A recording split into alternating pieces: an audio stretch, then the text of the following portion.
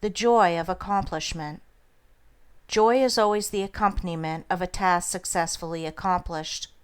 An undertaking completed, or a piece of work done, always brings rest and satisfaction. When a man has done his duty, he is light-hearted and happy, says Emerson, and no matter how insignificant the task may appear, the doing of it faithfully and with whole-souled energy always results in cheerfulness and peace of mind.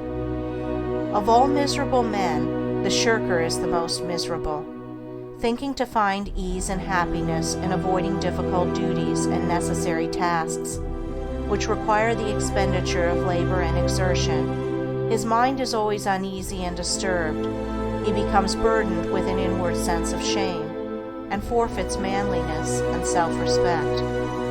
He who will not work according to his faculty, let him perish according to his necessity, says Carlyle. And it is a moral law that the man who avoids duty and does not work to the full extent of his capacity does actually perish, first in his character, and last in his body and circumstances. Life and action are synonymous, and immediately when a man tries to escape exertion, either physical or mental, he has commenced to decay. On the other hand, the energetic increase in life by the full exercise of their powers, by overcoming difficulties, and by bringing to completion tasks which coiled for the strenuous use of mind or muscle. How happy is a child when a school lesson, long labored over, is mastered at last. The athlete, who has trained his body through long months or years of discipline and strain, is richly blessed in his increased health and strength, and is met with the rejoicings of his friends when he carries home the prize from the field of contest.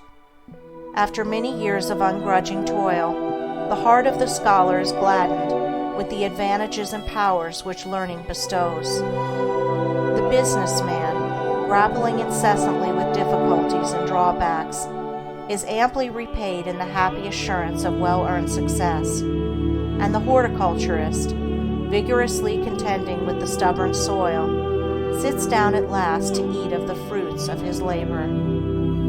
Every successful accomplishment, even in worldly things, is repaid with its own measure of joy, and in spiritual things, the joy which supervenes upon the perfection of purpose is sure, deep, and abiding. Great is the heartfelt joy, albeit ineffable, when, after innumerable and apparently unsuccessful attempts, some ingrained fault of character is at last cast out to trouble its erstwhile victim and the world no more.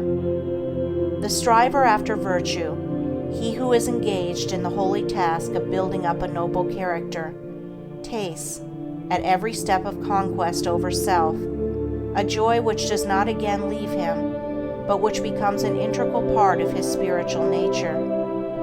All life is a struggle, both without and within. There are conditions against which men must contend. His very existence is a series of efforts and accomplishments, and his right to remain among men as a useful unit of humanity depends upon the measure of his capacity for wrestling successfully with the elements of nature without, or with, the enemies of virtue and truth within. It is demanded of man that he shall continue to strive after better things, after greater perfection, after higher and still higher achievements.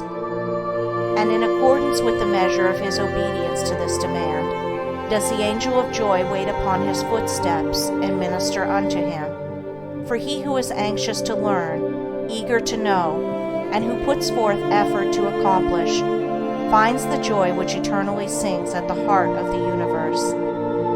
First in little things, then in greater, and then in greater still, man must strive, until at last he is prepared to make the supreme effort, and strive for the accomplishment of truth, succeeding in which he will realize the eternal joy. The price of life is effort. The acme of effort is accomplishment. The reward of accomplishment is joy. Blessed is the man who strives against his own selfishness. he will taste in its fullness the joy of accomplishment. End of Chapter 10. Recording by Andrea Fiore. End of The Mastery of Destiny by James Allen.